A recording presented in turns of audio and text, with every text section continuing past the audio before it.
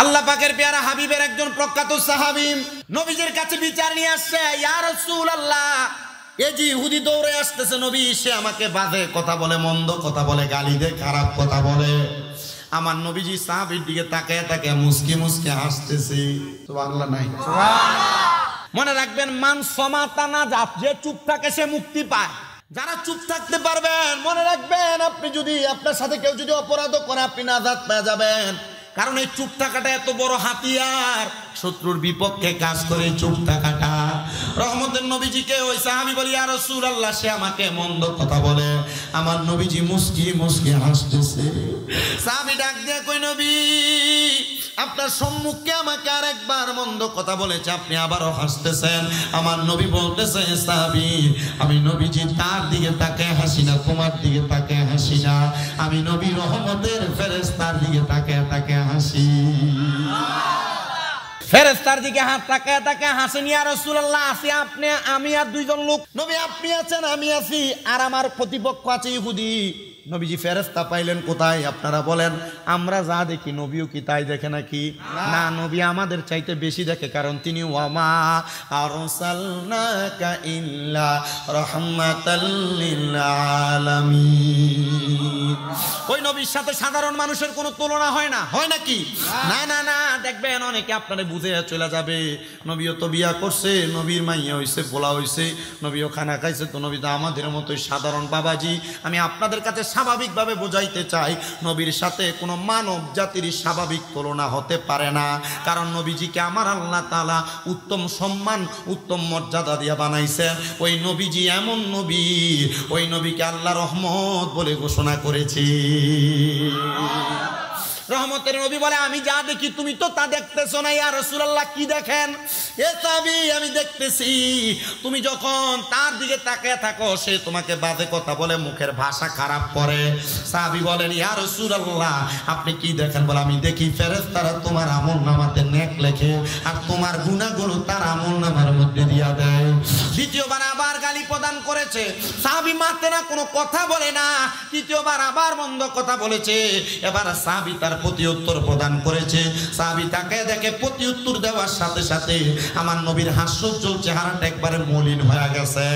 সাহাবী ডাক দিয়ে কই, ইয়া রাসূলুল্লাহ, আমার একবার গালি দিল আপনি হাসলেন, দুইবার গালি দিল আপনি হাসলেন, তৃতীয়বার আমাকে মন্দ কথা বলার পরে আমি তাকে প্রতি উত্তর প্রদান করলাম, নবীজি আপনার চেহারা মুবারক আপনি মলিন করে ফেললেন। ইয়া রাসূলুল্লাহ, কারণটা কি আমাকে বলবেন নি গো নবী? নবী আমার কয়, সাহাবী, তুমি যখন দুইবার তার জবাব দেও নাই, তখন তোমার আমলনামার মধ্যে অসংখ্য ফেরেশতারা নেক আমল লিখতেছিল, আর তার আমলনামার মধ্যে তোমার গুনাহগুলো বর্ষিত করে দিতেছিল। কিন্তু যখন তুমি তার গালির প্রতি উত্তর প্রদান করেছো, তখন তোমার আমল লেখা বন্ধ, তখন তার আমলনামার মধ্যে আমল লেখা শুরু হয়ে গেছে। আমি আপনাদের সবার কাছে সাবধানতা, সতর্কতা অবলম্বনের জন্য বলতে চাই, গালিগালাজ মুখ থেকে পরিহার করবে।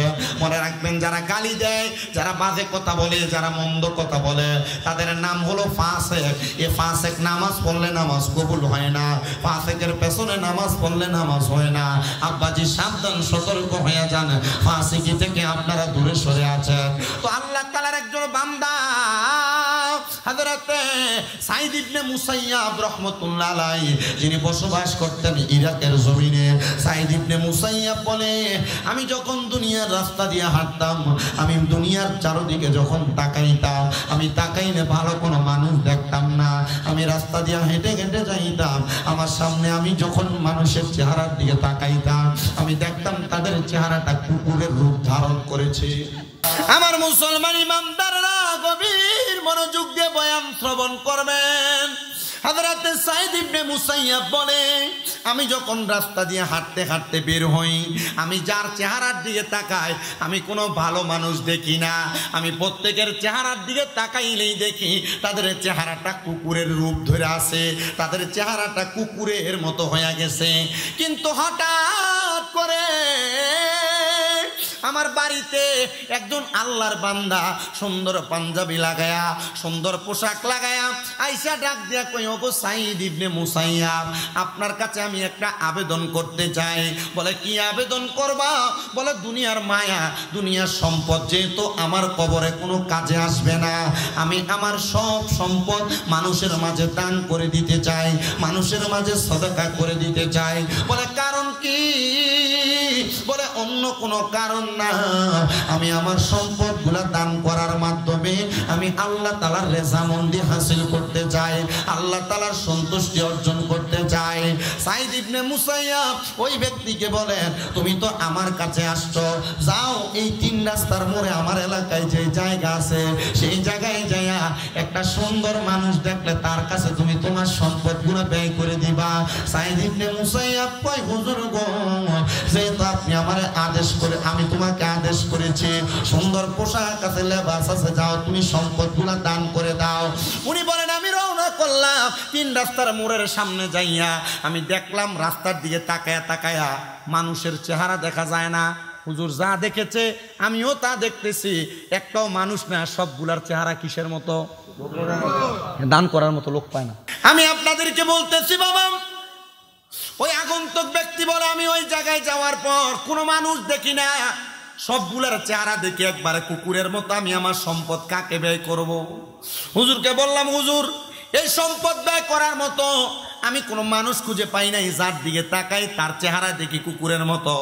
বলে ঠিক আছে বাবা, তুমি তোমার সম্পদগুলাকে দিয়া তুমি চেষ্টা করে একটা দ্বীনি মার্কাজ তৈরি করতে, আল্লাহ তাআলার ঘর মানে মসজিদ তৈরি করতে, অথবা একটা কোরআন শিক্ষা কেন্দ্র তৈরি করতে। উনি বলেন আমি হুজুর সাইদ ইবনে মুসাইয়াবের অনুমতি ক্রমে আমার যে বাড়ি ছিল পুরাটা বাড়ি রে আমি আল্লাহ তাআলার কোরআন শিক্ষা কেন্দ্র বানায়া ফেললাম। আমি একটা ইবাদতখানা বানাইলাম, এই ইবাদতখানা বানায়া আমি নিজে নিজে ইবাদত করতে লাগলাম। এলাকার মানুষ এমন গুমরা, আমি যখন ইবাদত করার আগে আযান দেই বাইরে দাঁড়ায়া, মানুষ মসজিদের মধ্যে আসে না, আমি একা একা আমার বানানো ইবাদতখানাতে ইবাদত করতাম। আরে আমি ইবাদত করতে করতে আমার বয়স ভারী হয়ে গেছে। সাইদ ইবনে মুসাইয়াব বলে সে যখন দান করার মতো কোনো মানুষ পায় না, সে যখন ইন্তেকাল হঠাৎ করে ফেললো, ইন্তেকালের আগে তো একটা ইবাদতখানা বানাইছেন, একটা কোরআন শিক্ষা কেন্দ্র বানাইছেন। ইন্তেকাল করার পরে আমি আমার আল্লাহ তাআলার কাছে কান্না করতে লাগলাম, ও মনিব মাওলা গো, ফরিয়াদ জানাই তোমার দরবারে, তুমি তো আমাকে দুনিয়াতে কোনো সম্পদ দাও নাই, কিন্তু সম্পদওয়ালা একজন ব্যক্তি আমার সামনে আসছে, তার সম্পদ দান করতে চাইছে, দান করতে পারে নাই। আমি তাকে পরামর্শ দিয়েছি ইবাদতখানা বানানোর জন্য, আমি তাকে পরামর্শ দিয়েছি কোরআন শিক্ষা কেন্দ্র তৈরি করার জন্য। আল্লাহ তোমার নবী না বলেছে দুনিয়াতে কোনো মানুষ যদি কোনো মানুষের জন্য কোরআন শিক্ষার একটা বাগান তৈরি করে দিয়া দেয়, ওই ব্যক্তিটা নাকি তোমার হাবিবের সাথে জান্নাতে যাবে। ও আল্লাহ, সে যে ইন্তেকাল করেছে তার মরার পরে তার কবরের অবস্থা আমি জানতে চাই। এবার আমার হাবিব মুহাম্মদুর রাসূলুল্লাহর ওই উম্মত সাইদ ইবনে মুসাইয়াব বলে রে,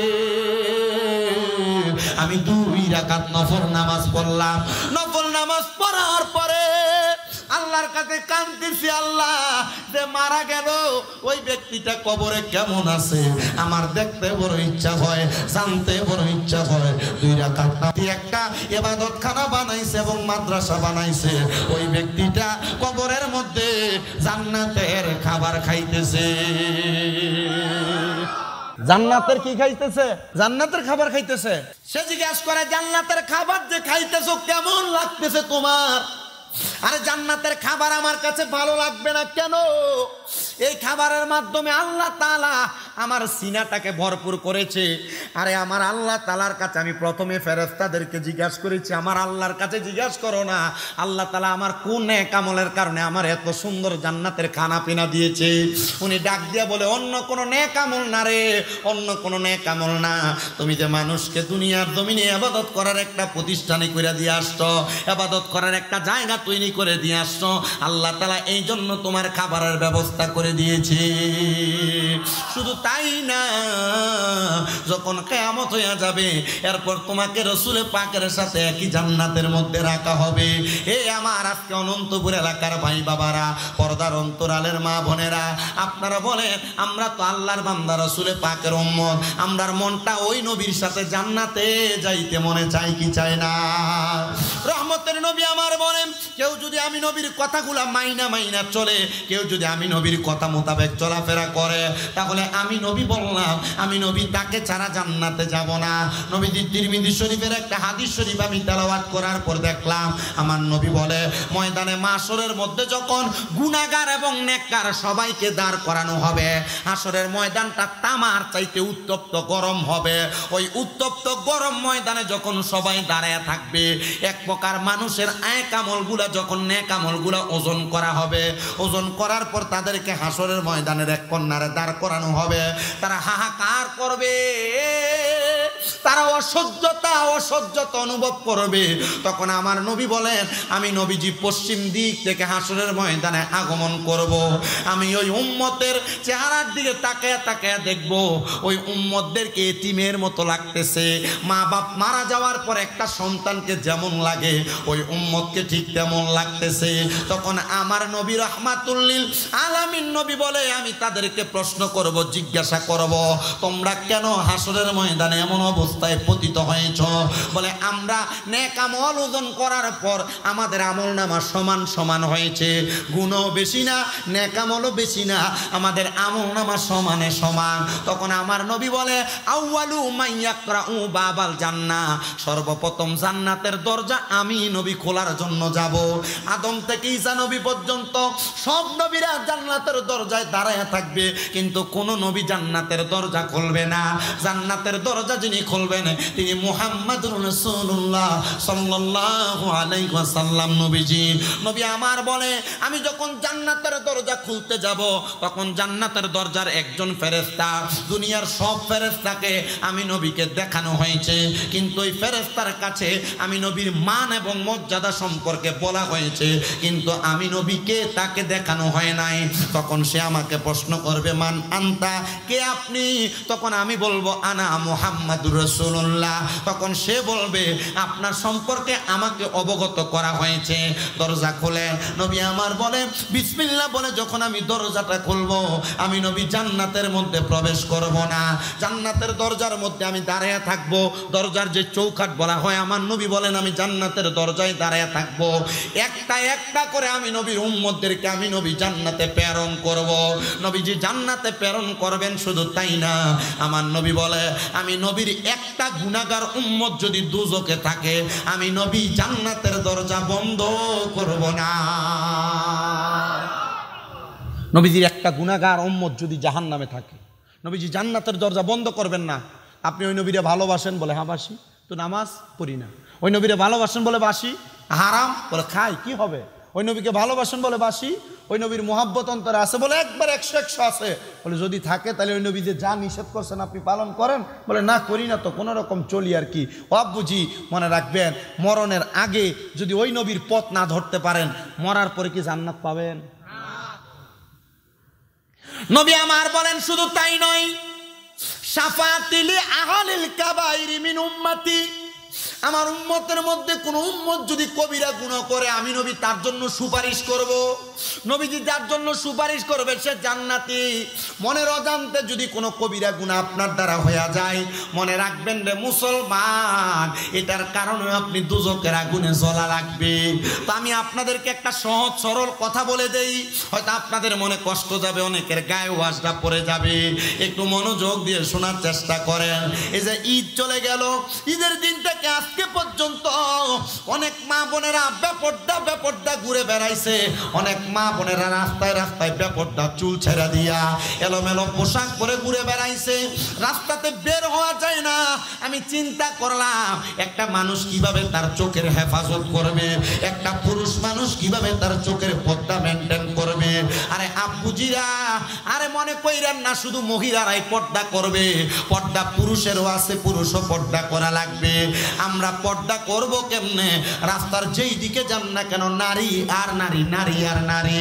আমি বলবো পর্দার অন্তরালের মহিলারা, এই ঈদে যারা যারা বেপর্দা চলেছ, এই ঈদে যারা যারা বেপর্দা চলেছ, মনে রাখবা গো মা, ইন্তেকালের পরে আল্লাহর আযাব গজব তোমার জন্য প্রতীক্ষমান, তোমার জন্য অপেক্ষা করতেছে। একটা মহিলা বেপর্দা চলার কারণে আল্লাহর হাবিব নিজে বলতেছে, আদ-দাইয়ুসু লা ইয়াদখুলুল জান্নাহ, দাইয়ুস কোনোদিন জান্নাতে প্রবেশ করবে না। একটা মহিলার চেহারা 40টা পুরুষ মানুষ দেখে ফেললে মহিলাটা দাইয়ুসে রূপান্তরিত হয়ে যায়। আপনার মা, আপনার বোন, আপনার স্ত্রী, আপনার মেয়েকে 40 জন তো স্বাভাবিক বিষয়, কত হাজার হাজার পুরুষ মানুষ দেখেছে। এটার কারণে তারা দুজকে যাবে, এই কথাকে আমার মা বোনেরা চিন্তা করে না। মা, আমি চাই না গো তোমরা কেউ দুজকের আগুনে জ্বলো, আমি চাই না গো তোমরা কেউ জাহান্নামের আগুনে জ্বলো। ওই তুমি সুন্দর করে সাইজা রাস্তাতে বের হওয়ার কারণে আল্লাহ তাআলার জাহান্নামের আগুন তোমার জন্য অপেক্ষা করতেছে। বলে হুজুর কেমনে গো, কেমনে অপেক্ষা করতেছে? আরে আমার নবী বলে, আমি যখন আল্লাহ তাআলার কাছে মেরাজ করতে, সাক্ষাৎ করতে গিয়েছিলাম, আমাকে আল্লাহ তাআলা 2টা নিদর্শন দেখাইছে, একটা জান্নাত আর একটা জাহান্নাম।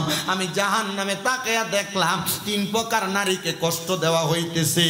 এক প্রকারের নারী দেখলাম যে নারীদের মাথার চুলগুলাতে ঝুলাইয়া ঝুলে আগুনের উপর সেক দেওয়া হইতেছে। নবী গো, ওই নারী কারা? বলে ওই নারীগুলো তারা যেই নারীগুলা তাদের মাথার চুলকে উঁচা উঁচা করে বাইন্দা বাইন্দা বেড়াইছে। আর উঁচা করে বানবো দূরের কথা, আমাদের মা বোনের রাস্তায় চুল ছেড়ে ছেড়ে হাঁটতেছে, ব্যাপারটা করে করে হাঁটতেছে। আমি আমার আম্মুজিদের কাছে বলবো গো মা, আল্লাহর জান্নাত যদি পাইতে চাও এমন চুল ছাড়া বন্ধ করে দাও। আব্বুজিরা আপনারা মনে রাখবেন, আল্লাহ তাআলার কোরআন বলে, ওয়াকারনা ফি বুয়ুতিকুন্না ওয়ালা তাবাররাজনা তাবাররুজাল জাহিলিয়াতিল উলা। আল্লাহ কয় তোমরা তোমাদের নারীদেরকে জাহিলিয়া যুগের মহিলাদের মতো বেপরদা ভাবে বের হতে দিও না। তুমি যে বের হতে দাও এটার জন্য তুমি জাহান্নামের আগুনে জ্বলা লাগবে। নবী আমার কয় শুধু তাই না রে, আমি দেখছি আরেক প্রকার মহিলা যাদের স্তনগুলার মধ্যে গরম লোহার রড লাগিয়ে দিয়ে আগুনের মধ্যে সেক দেওয়া হইতেছে। নবী গো, তারা কারা? বলে যেই মহিলারা পোশাক পরে উলঙ্গ অবস্থায় ছিল, এমন জামা কাপড় পরতেছে যেই জামা কাপড়ের উপর দিয়ে তাদের শরীরের বডি স্ট্রাকচার পর্যন্ত আইডিয়া করা যাচ্ছে, এমন বোরকা পরতেছে মহিলারা যেই পোশাক পরার কারণে এদের পোশাকের বোরকার উপর দিয়ে তাদের বডি স্ট্রাকচার মানুষ আইডিয়া করতে পারতেছে। মা বোনেরা যারা টাইট ফিটিং বোরকা পরো, জামা কাপড় পরো, তোমাদের কাছে আমি করো ধরে আবদার করি গো মা, এটার কারণে জাহান্নামের আগুনের সেক তোমার শরীরের মধ্যে লাগবে। আমার নবী কয় শুধু তাই না রে, আরেক প্রকারের মহিলা তাদের জিহ্বার মধ্যে গরম শিক লাগায় দিয়ে আগুনের মধ্যে তাদেরকে সেক দেওয়া হয়েছে। নবী তারা কারা?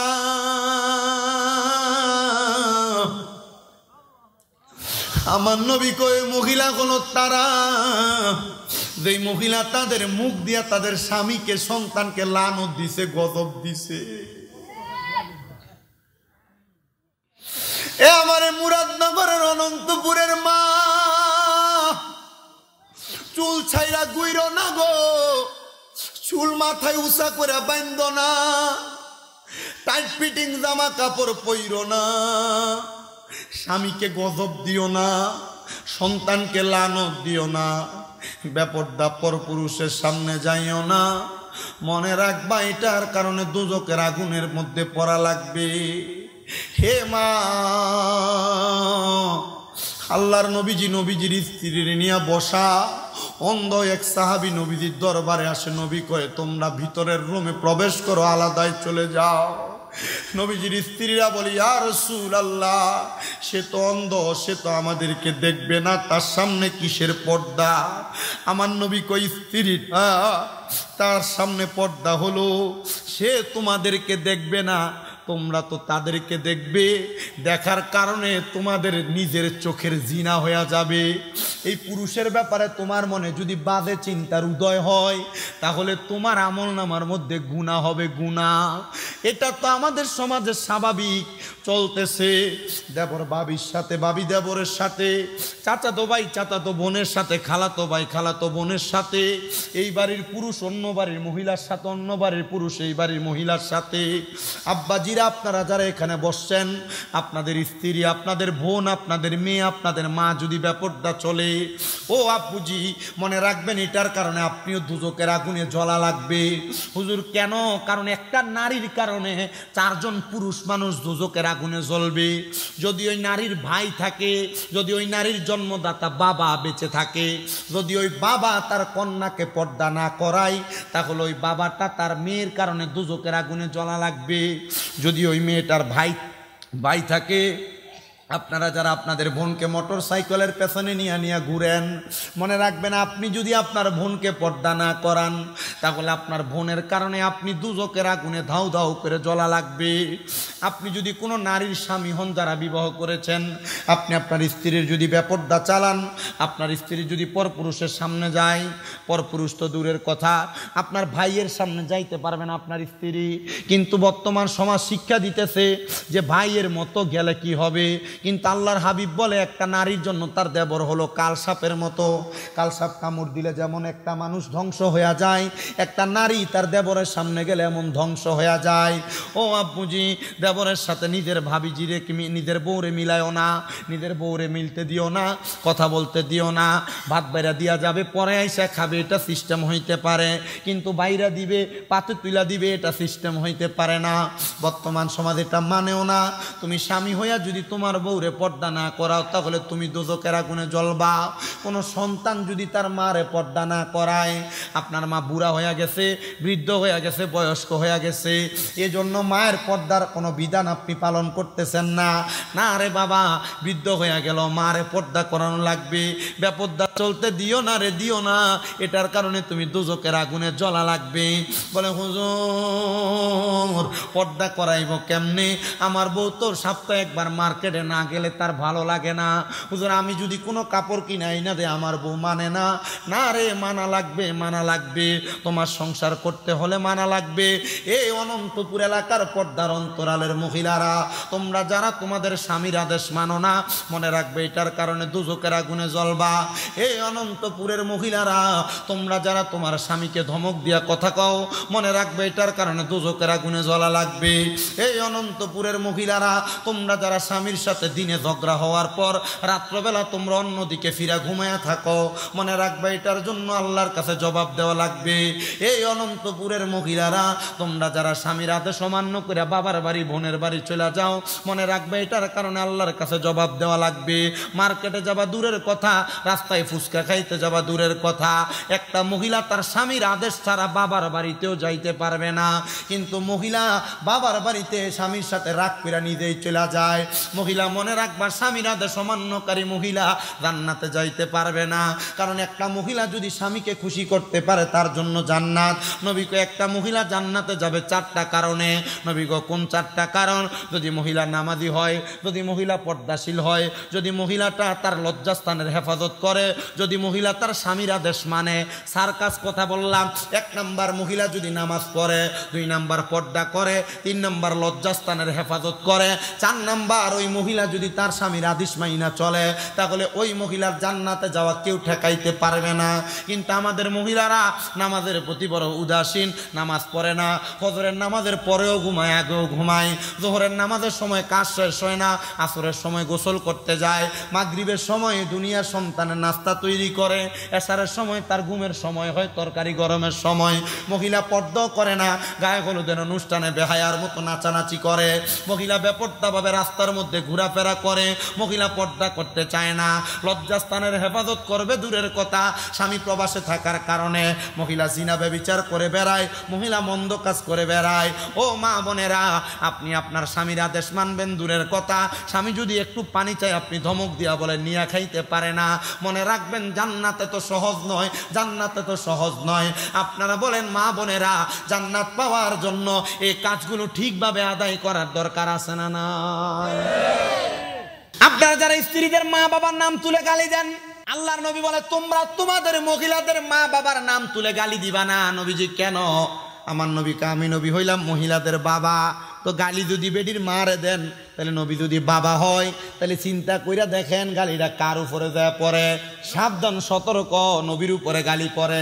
গালি দিও না রে, গালি দিও না, কারণ নবীজির নিজেরই ঘোষণা, তোমরা যদি তোমাদের স্ত্রীদেরকে গালি দাও, এ গালি যায় রহমতের নবীর উপরে বর্তায়। আবার অনেক পুরুষদের স্বভাব কথায় কথায় না মিললে ঠাস করে গাল বেড়ায়, সটকনা মারে, ফিট বেড়ায়, গুনুম করে খিচ্ছালায়। আসেনি? আসেনি? জোরে কয় না আসেনি? আব্বুজি আমার নবী বলতেছে তোমরা তোমাদের স্ত্রীদেরকে তোমরা প্রহার করো না, গালের ভিতরে মাইরো না। নবীজি কেন? বলে তোমাদের স্ত্রী হলো তোমাদের কাছে সাময়িক সময়ের মেহমান মাত্র, তোমরা তাকে সম্মান করো, আপ্যায়ন করো, মর্যাদা দাও। নবীজি কেন গো, কেন কেন? বলে যদি সম্মান করো, আমি আল্লাহ তাআলা তোমাদের কাছে মেহমান বানিয়ে তারে পাঠাইছে, আমি আল্লাহ আবার তাকে তাদের কাছে আমার কাছে ফিরিয়ে আনিব।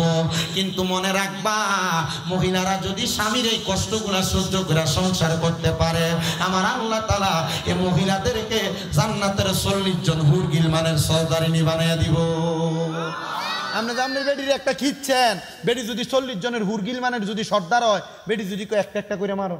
নবীজির যে ঘোষণা, আপনারা গালি দিয়েন না এবং মাইরেন না, মারা যাবে, গালি দেওয়া যাবে। বড় সতর্কতা অবলম্বন করেন, সাবধানতা অবলম্বন করেন।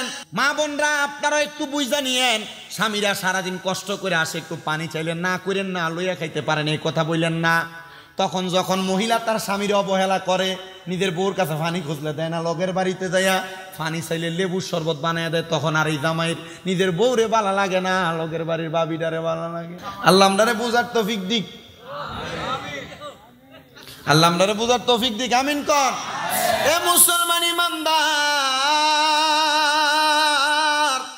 বড় সতর্কতার সাথে ইসলামী বিধিবিধানগুলো মানার চেষ্টা করবেন, মাইনা চলার চেষ্টা করবেন। বলে হুজুর কেন গো, কেন মাইনা চলবো? কারণ মানার মাধ্যমে আপনি জান্নাত পাইবেন, আপনি নাজাত পাইবেন। আরো একটু বলার চেষ্টা করি আপনাদেরকে এই ব্যাপারে, আপনারা আপনাদের স্ত্রীদেরকে মোহাব্বত করবেন, ভালোবাসবেন।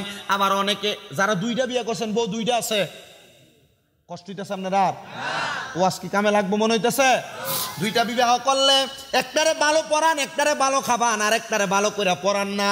আমার নিজের এলাকার এক চাচার বউ আমার মাঝে মাঝে রাস্তা দিয়ে আসার সময় দাঁড়ায় বিচার দেয়, তোমার চাচাটারে কই একটু বোঝানোর চেষ্টা করো যে তো হুজুর মানুষ, এলাকার মানুষ বিচার দিবে, স্বাভাবিক কথা, এটা চলতে পারে, ঠিক না? আমাদের এই যে 5 আগস্টের পরে আমাদের এলাকার মেম্বার সব চলে গেছে এলাকা থেকে, এটা বুঝেন আপনারা কেন গেছে। এরপরে আরেক লোক মেম্বার হয়েছে, মসজিদের সভাপতি, আগে মেম্বার সভাপতি ছিল, এরপর আরেক লোক হয়েছে। কয়দিন আগে এক মায়ের সাথে মোটামুটি মেলামেশা করছে, যে বিয়ে সারা মায়ের ফেটে 2 মাসের বাচ্চা। তো এর আগেও সরানের লেগে অনেক রকমের কথা হয়েছে।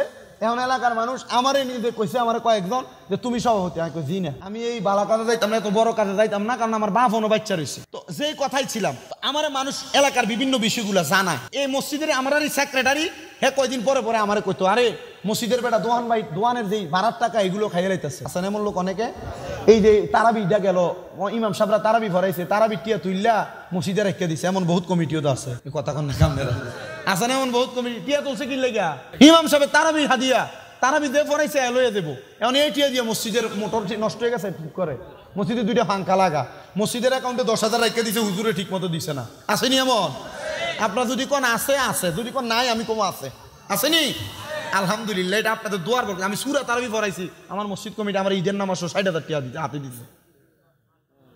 আপনি চিন্তা করে দেখছেন, মসজিদ ছোট্ট, 300 মানুষ নামাজ পড়ে, জুমার নামাজ, এরা এত ইনসাফওয়ালা মানুষ। আলহামদুলিল্লাহ, এখান থেকে যে মুয়াজ্জিনদের ইমাম রে দিছে আমার কাছে সভাপতি এক হুজুর আমি জানি এটা আমনের হক কিন্তু তারারও একটু ঈদে চান্দ হিসাবে এটা থেকে দিছি 10,000 কইরা আমনে আবার আমি বুঝছি আপনি ফেস ব্যাঙ্গেল হইতেছেন আমারা যদি আপনি নাও দিতেন আমি হে হুজুর না আমি কিছু কইতাম না কিন্তু ওয়াজ মাহফিলে গেলে আমি আবার এটা সারি না এবার এটাও সাইড না আমি না জি না যেই কথা ধারাবাহিকতায় আসে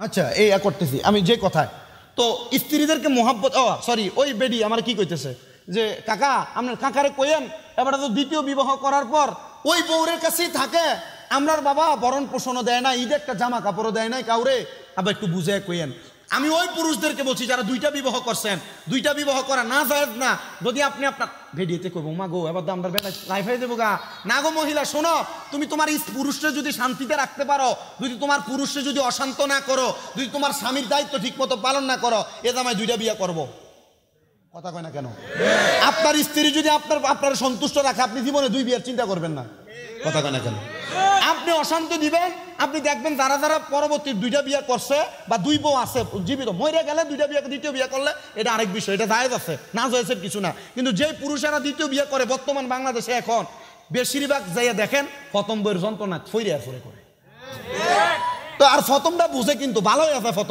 প্রথমটা দ্বিতীয়টা থেকে ভালো হয় কখন দ্বিতীয়টা করার পর যখন এই জামাই দ্বিতীয় বউরে গুরুত্ব দেয় তখন প্রথমটা একবারে ভিজা বিলে হয়ে যায় ঠিক না আগে বুঝছে না ঠিক না আচ্ছা আল্লাহ আমরা বোঝার তৌফিক দিক আমিন কোন মনে রাখবেন যারা 2 স্ত্রী গ্রহণ করেছে 3 স্ত্রী গ্রহণ করেছে তারা যদি একজন আরেকজনের উপর ইনসাফ না করে একজনকে 500 টাকার জিনিস আরেকজনকে 700 টাকার জিনিস দেয় এই ব্যাপারে বড় সতর্ক নবী আমার বলে যদি তোমরা ইনসাফ না করতে পারো তাহলে তোমরা কখনো দ্বিতীয় বিবাহতে আবদ্ধ হবে না নবীজি কেন বলে বেইনসাফের কারণে জাহান্নামের আগুনে জ্বলা লাগবে তো আমার নবীজির একসাথে 4 জন স্ত্রী বিরাজমান নবীজির ঘরে আসরের নামাজের সময় নবীজির 4 স্ত্রী নবীজির সামনে প্রশ্ন করে ইয়া রাসূলুল্লাহ আমরা 4 জন স্ত্রী আপনার সামনে নবী আপনি বলেন না আমরা 4 জনের মধ্যে আপনি নবী কারে বেশি ভালোবাসে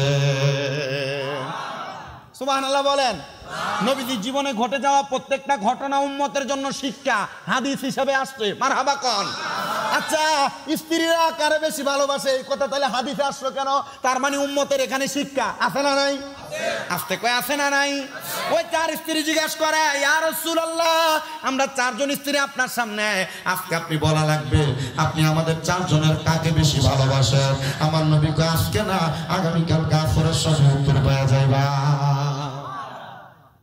আসরের সময় সুযোগ দিয়েছেন এদিন রাত্রবেলা আমার নবীজির স্ত্রীর ঘরে গেছেন ঘরের মধ্যে যা নবীজির আসকান মুবারক পাঞ্জাবি মুবারকের ভিতর থেকে 2টা খেজুর বের করছেন একটা খেজুর এক স্ত্রীকে দিয়েছেন আরেকটা আমার নবী খাইছেন নবীজি স্ত্রীর হাতের খেজুরের দানাটা বিচিটা নিছেন নবীজির মুখের বিচিটা নিয়া 2টা বিচি স্ত্রীর হাতে দিয়া বলছে এটা তোমার কাছে রেখে দিবা তবে সাবধান কাউরে বলবা না জোরে কয় না দাও আরো জোরে কন দ্বিতীয় স্ত্রীর ঘরে যায় সেম কাজ তৃতীয় স্ত্রীর কাছে সেম কাজ চতুর্থ স্ত্রীর কাছে যায় একই কাজ 2টা খেজুর 2 জনে ভাগাভাগি করে খাইলেন 2 বিচি নিয়া 2টা খেজুরের বিচি নিয়ে স্ত্রীর হাতে দিলেন পরবর্তী দিন আমার নবীজি আসরের সময় 4 জন স্ত্রী নবীজির সম্মুখে দাঁড়ানো দিগায় ইয়া রাসূলুল্লাহ আজকে বলেন কারে বেশি ভালোবাসেন আমার নবীজি সবাইকে বলে দিছে কারোরটা কাউকে বলা যাবে না কয়টা খেজুরের বিচি দিছি নবী আমার বলতেছে যারে গতকালকে রাত্রবেলা 2টা খেজুরের বিচি দিছি তারে আমি নবী সব চাইতে বেশি ভালোবাসি দেখে বড় স্ত্রীও হাসে দ্বিতীয় স্ত্রীও হাসে তৃতীয় স্ত্রীও হাসে চতুর্থ স্ত্রীও হাসে আসলে কি নবীজি এদেরকে কম বেশি ভালোবাসে না সমান সমান বাসি মনে রাখবেন 2টা স্ত্রী গ্রহণ করলেও তাদেরকে সমানে সমানে ভালোবাসা লাগবে তাদেরকে সমানে সমানে খাবার দেওয়া লাগবে সমানে সমানে পোশাক দেওয়া লাগবে সমানে সমানে আচরণ করা লাগবে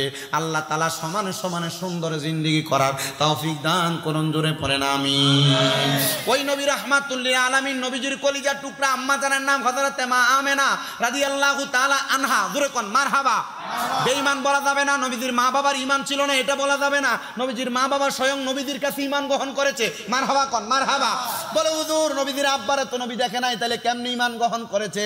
আমার নবী বলে আমি নবীজির আব্বা আমার নিজের আব্বা জানের গোরস্থানের সামনে দাঁড়াইছি, আর আমি নবীজি নিজে আমার আব্বা জানকে কালেমা পড়াইছি। ও বন্ধু, নবীজির মা জননী ডাক দিয়ে বলেন আমার স্বামী হযরতে আব্দুল্লাহ, মারহাবা মারহাবা মারহাবা, আমার স্বামী হযরতে আব্দুল্লাহ, ওনার সাথে আমার বিবাহ এখনো হয় নাই। আমি আমার ঘরে ছিলাম, নবীজির নানার নাম ছিল হযরত ওহাব জোহরি। উনি বলেন আমি নবীজির দাদা হযরত আব্দুল মুত্তালিবের বন্ধু ছিলাম, একসাথে আমরা চলাফেরা করতাম। তো আমার আব্দুল্লাহ যখন রাস্তা দিয়ে হেঁটে হেঁটে যাইতো, মক্কার বড় বড় বাদশা, বড় বড় ব্যবসায়ী মেয়েরা আমার আব্দুল্লাহর চেহারার দিকে তাকিয়ে থাকতো। তারা আমার আব্দুল্লাহকে ডাইরেক্ট বিবাহের প্রস্তাব দিত। বিয়ার সিস্টেম হইল মেয়ের পক্ষ থেকে বিবাহের প্রস্তাব দেওয়া। কার পক্ষ? কথা কয় না তো। মেয়ের পক্ষ থেকে বিবাহের প্রস্তাব দেওয়া, প্রস্তাব দিত।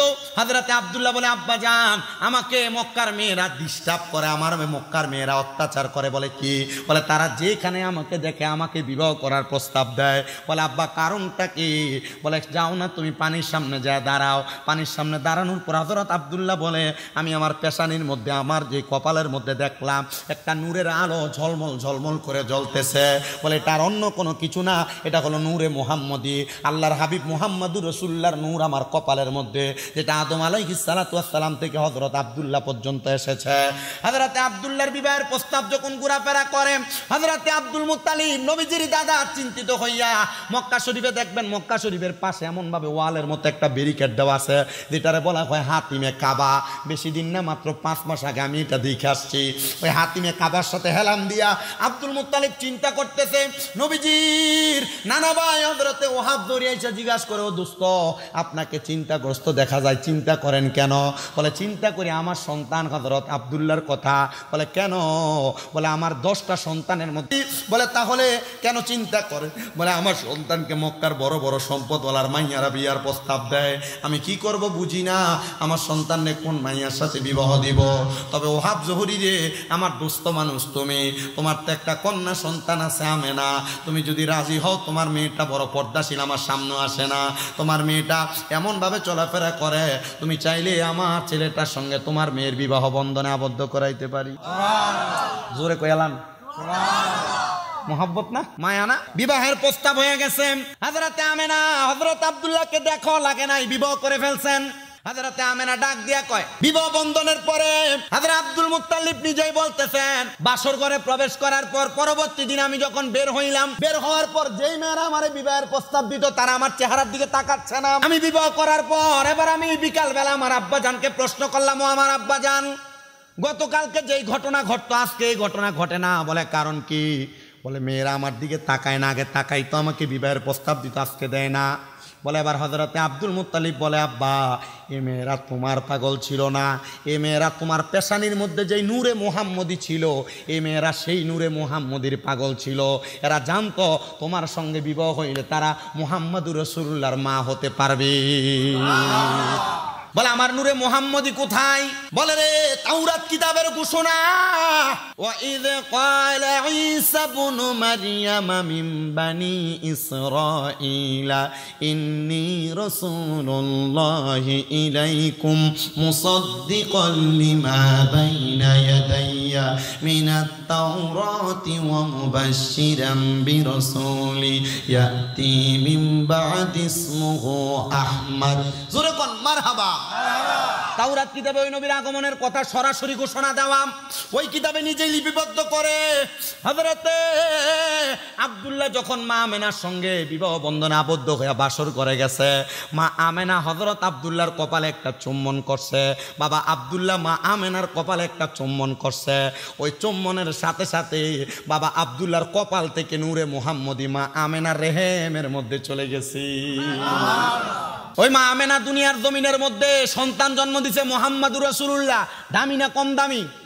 আর কেমন দামি? আল্লাহর কোরআন কয়, হুয়াল্লাযী আরসালা রাসূলাহু বিল হুদা ওয়া দীনিল হাক্কি লিইয়ুযহিরাহু আলাদ দীনি কুল্লিহি ওয়ালাউ কারিহাল মুশরিকুন। মারহাবা। এ রাসূলকে আল্লাহ তাআলা হেদায়েতের বাণী সত্য ধর্ম নূর দিয়ে পাঠাইছে, মারহাবা কন্যা। ওই নবীজির নূরের আলোকে অনেকে তাদের ফু দ্বারা বন্ধ করে দিতে চায়। আল্লাহ কয় এরা কেউ না, এরা মুশরিক, এরা বেঈমান। আর ওই মুহাম্মাদুর রাসূলুল্লাহ বলে জগতের মানুষ, আমি নবী আগমন করার পর থেকে সত্য ধর্মের দাওয়াত দেয়া যায়। তোমরা যদি সত্য ধর্ম পালন করো তাহলে তোমরা তিনটা কাজ বেশি বেশি করো। বলে কোন তিনটা কাজ করব? বলে এক নাম্বার, ওয়া'বুদুল্লাহ ওয়া লা তুশরিকু বিহি শাইআ ওয়া বিল ওয়ালিদাইনি ইহসানা। তোমরা আল্লাহ তাআলার ইবাদত করো, আল্লাহর সঙ্গে শিরিক করো না। তোমাদের পিতা মাতার খেদমত করো, পিতা মাতার খেদমত করো, পিতা মাতার প্রতি ইহসান করো। কিন্তু বর্তমান সমাজ এমন পচা, এমন নিকৃষ্ট, এমন নিচে নেমে গেছে, সন্তান বিবাহ করার পর মা বাবার এতটা বাধ্যগত থাকে না। বলে হুজুর আমরা তো বাধ্যগত, আমি সবার কথা বলি না, যারা অবাধ্য আমি তাদের কথা বলতেছি। মনে রাখবেন আল্লাহ তাআলার সন্তুষ্টি অর্জন করার জন্য আল্লাহর ইবাদত, শিরিক মুক্ত ইবাদত এবং মা বাবার খেদমত, এটা আপনার জন্য জরুরি। বর্তমান সমাজের মধ্যে মা বাবার খেদমত করবে দূরের কথা, সমাজের মধ্যে মা বাপরে ভাত খাওয়ানি নিয়ে দ্বন্দ্ব হয়, মা বাবার খানা নিয়ে দ্বন্দ্ব হয়, মা বাপরে কার ঘরে রাখবে এটা নিয়ে বিচার বসে, দরবার বসে। আমি আপনাদের সবার কাছে বলবো, যারা মা বাপকে জুদা করে দিচ্ছেন, আলাদা করে দিচ্ছেন, পারলে দেন আপনার পাও আমার সামনে দেন, আমি স্বামীর দাদা জিব্বা লাগে আপনার পাও পরিষ্কার করে দিব। শুধু ওয়াদা করবেন এখান থেকে যাওয়ার পর মা বাবার পা ধরে মাপ চাইবেন। বলে মা ও আব্বা যান, আল্লাহর রাস্তায় আপনার পায়ে ধরে আমি মাপ চাই, আমাকে আপনি ক্ষমা করে দেন। মা বাপ যতক্ষণ না আপনার ক্ষমা করছে ততক্ষণ আপনি পা চাইবেন না। কারণ মা বাবার জন্য টাকা পয়সা খরচ করলে দাম কমে না, সম্মান কমে না, ইজ্জত কমে না। অনেক সন্তান মা বাপরে আলাদা করে দিছে, জুদা করে দিছে, এক সপ্তাহে বের করে আরেক সপ্তাহে বের করে ভাগ করে করে খানা খায়। আরে মা বাপ তো তোমরা 3 ভাই 4 ভাইকে লালন পালন করছে, কেমনে তোমরা ওই মা বাপরে লালন পালন করো না? দাদা করে দাও। এ পর্দার অন্তরালের মহিলারা, তোমাদের যাদের শ্বশুর শাশুড়ির তোমরা খাওয়াও না, জুদা করে দাও, তুমি হইলা বোকা। বলে হুজুর কেন? মনে রাখবা কোন স্বামী যদি তার মা বাপরে খাওয়ায় তার ইনকামে বরকত হয়। কারণ একটা সন্তান যদি তার মা বাবার পেছনে মাত্র 1 দিরহাম খরচ করে, মানে বাংলা 1 টাকা 2 টাকা 5 টাকাও খরচ করে, আল্লাহ তাআলা ওই সম্পদকে লক্ষ কোটি গুণ বাড়াইয়া সন্তানের কাছে ফেরত দিয়া দেয়। সন্তান আবদার করি, পায়ে হাত দিয়া বলি আম্মা আব্বার প্রতি একটু সদাচরণ করে, আম্মা আব্বার প্রতি একটু মায়ার নজর দিও। কিন্তু অনেকে চিন্তা করে হুজুর বাড়িতে যাই আমি কার পায়ে ধরে মাপ চাইবো? আমার তো মা নাই, আমার মা জান অন্ধকার কবরে। হুজুর আমার তো আব্বা নাই, আমার আব্বা অন্ধকার কবরে। এতে 2 দিন আগে ঈদুল ফিতর চলে গেল, ভাইয়ের জন্য কাপড় কিনছো, বউয়ের জন্য কাপড় কিনছো, তোমার মাইয়ার জন্য কাপড় কিনছো, কিন্তু তুমি তোমার মার জন্য একটা কাপড় কিনতে পারো নাই। কেমনে কিনবা? মা অন্ধকার কবরে। কিন্তু মা চিরা কাপড় রাস্তার মধ্যে টাকা পয়সা বাইন্দা বাইন্দা তোমারে মানুষ করছে। ওই মারে তুমি একটা কাপড় কিনা সন্তান পরাইতে পারো নাই। হায়রে, নিজের জন্য তুমি প্যান্ট শার্টের সাথে সুন্দর একটা পাঞ্জাবিও কিনছিলা, কই আব্বার লাগে তো একটা পাঞ্জাবি কিনতে পারো নাই, কিনা পরাইতে পারো না। আব্বা অন্ধকার কবরে। তোমার আব্বারে তো একটা লুঙ্গি কিনা পরাইতে পারো নাই, পরাইবা কেমনে? তোমার আব্বা তো অন্ধকার কবরে। সন্তান আবদার করবো রে, ওই মা বাপ যদি কবরে থাকে, রব্বির হামহুমা কামা রব্বায়ানি সগীরা বইলা দোয়া করবা। আমার নবী কয় কোন সন্তানের মা মারা যাওয়ার পরে, বাবা মারা যাওয়ার পর যদি রব্বির হামহুমা কামা রব্বায়ানি সগীরা বইলা কান্দে, চোখের মণিকোটার মধ্যে একটা মাছির মাথা পরিমাণ পানি চাইরা দিয়া কান্দে, ওই পানি মাটিতে পড়ার আগে আমার আল্লাহ তার মা বাবার জীবনের গুনাহ মাফ করে দেয়। আমি জানি না এই সন্তানগুলা কেমনে বাড়িতে আইসা মারে না দেখা তাদের সময় কাটছে, বাপরে না দেখা তাদের সময় কাটছে। আর তাদের মা বাপ বাইচা আছে, তোমরার কাছে আবদার করি তোমরা বাড়িতে দেয়া মাপ চাইও। মনে রাখো মা বাবার পায়ে ধরলে দাম কমে না, সম্মান কমে না, ইজ্জত কমে না। মা বাবার পায়ে ধরলে আল্লাহ তাআলা তোমার সম্মান তোমার ইজ্জত বাড়াইয়া দিব। অনেকে চিন্তা করে হুজুর যারার বাড়িতে আব্বা আছে তারা বাড়িতে যে বাবার পায়ে ধরে মাপ চাইব। আমার তো আব্বা নাই, আমি কার পায়ে ধরে মাপ চাইব? হুজুর ঈদের দিনে কত সন্তান তাদের বাবার পায়ে ধরে সালাম করছে, আমি আমার আব্বা জানের পায়ে ধরে সালাম করতে পারি নাই। হুজুর কার পায়ে ধরে সালাম করবো? আব্বা তো অন্ধকার কবরে। অনেকে চিন্তা করে হুজুর যাদের বাড়িতে মা আছে তারা বাড়িতে যাইয়া মার পায়ে ধরে মাপ চাইব, আমার তো মাও নাই, আমি কার পায়ে ধরে মাপ চাইব? মনে রাখবানে সন্তান, আম্মা আব্বা যদি কবরে থাকে, আম্মা আব্বার বয়সী এলাকাতে যারা আছে তাদেরকে সম্মান করবা, তাজিম করবা, ইজ্জত করবা। দেখবা আমার আল্লাহ তাআলা তোমাদেরকে অসংখ্য রহমত অসংখ্য বরকত দান করে। সামনে আবার কোরবানির ঈদ আগমন করবে। অনেক মা বাবা বড় কষ্ট করে কোরবানিতে সন্তানকে গোশত খাওয়াইছে, কিন্তু যেই সন্তানের মা নাই, যেই সন্তানের বাবা নাই, সন্তান এখন কোরবানি দেওয়ার মতো সামর্থ্য হয়েছে, বড় গরু কোরবানি দেয়, কিন্তু মা বাবার মুখে এক টুকরা গোশত তুলে খাওয়াইতে পারে না। করবে কেমনে? মা বাবা অন্ধকার কবরে।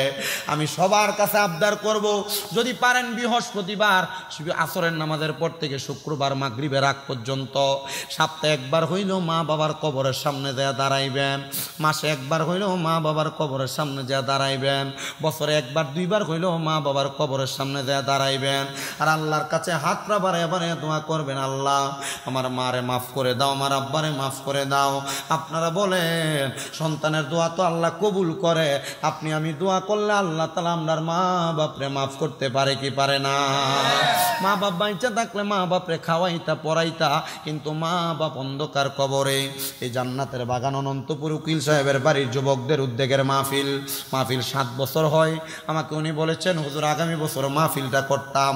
অনেকের মা নাই বাবা নাই, অনেকে ভাই ব্রাদার আত্মীয় স্বজনের জন্য দোয়া চাই। হুজুর আগামী তো এই দোয়ার ইন্তজামটা করব, হুজুর একটু দোয়া করবেন আমরা যেন মাহফিলটা করতে পারি। এমন শোনো সন্তান যদি থাকেন হুজুর আগামী বছর মাহফিলটা হবে, হুজুর মাহফিলের প্যান্ডেল লাইটিং এর খরচটা আমি দিয়া দিব। আমি একজন, আমার মা নাই।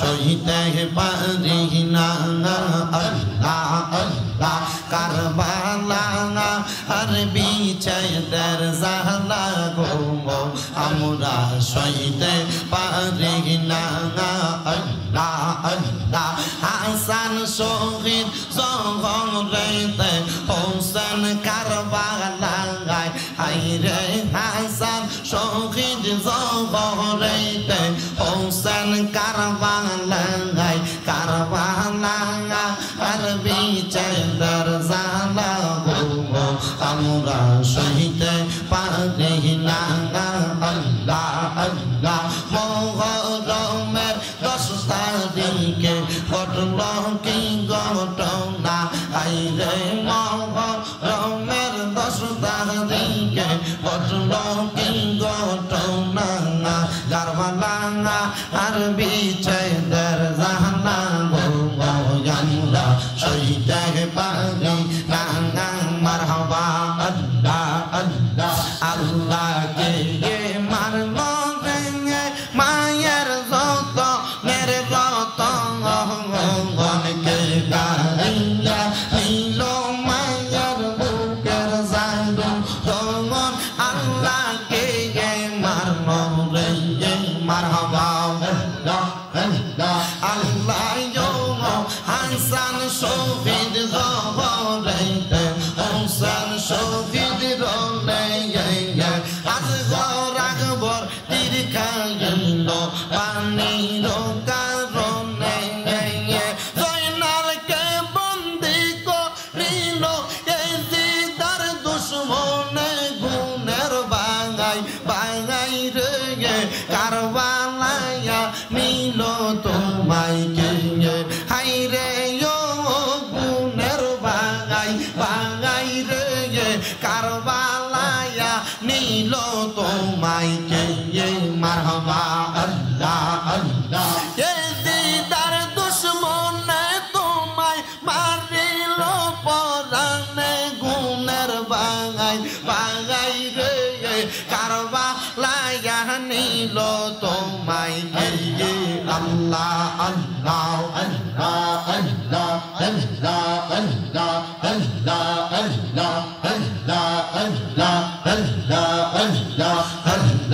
লা ইলাহা ইল্লাল্লাহ লা ইলাহা ইল্লাল্লাহ মুহাম্মদ রাসূল আখিরাতে পার হবি তুই ফুল সিরাতের মোড় আখিরাতে পার হবি তুই ফুল সিরাতের মোড় আল্লাহ আল্লাহ আল্লাহ আল্লাহ আল্লাহ আল্লাহ আল্লাহ আল্লাহ আল্লাহ যেই দিন কাগাজি হবে জাররা জাররা দেখাইবে আল্লাহ আল্লাহ আল্লাহ যেই দিন কাগাজি হবে জাররা জাররা দেখাইবে সেই দিন তোমায় কে তোরাবে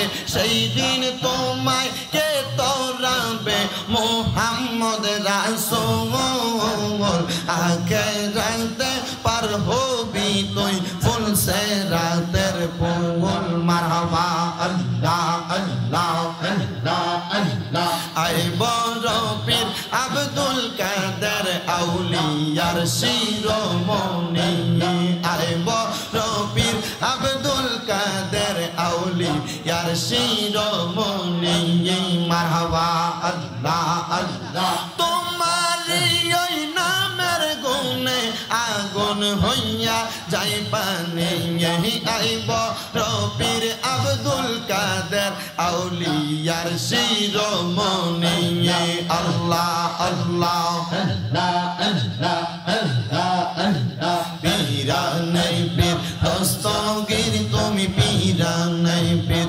দস্তগীর তুমি মাহবুবে সুবহানি আব্দুল কাদের জিলানি আল্লাহ আল্লাহ আল্লাহ কাদেরিয়া চিশতিয়া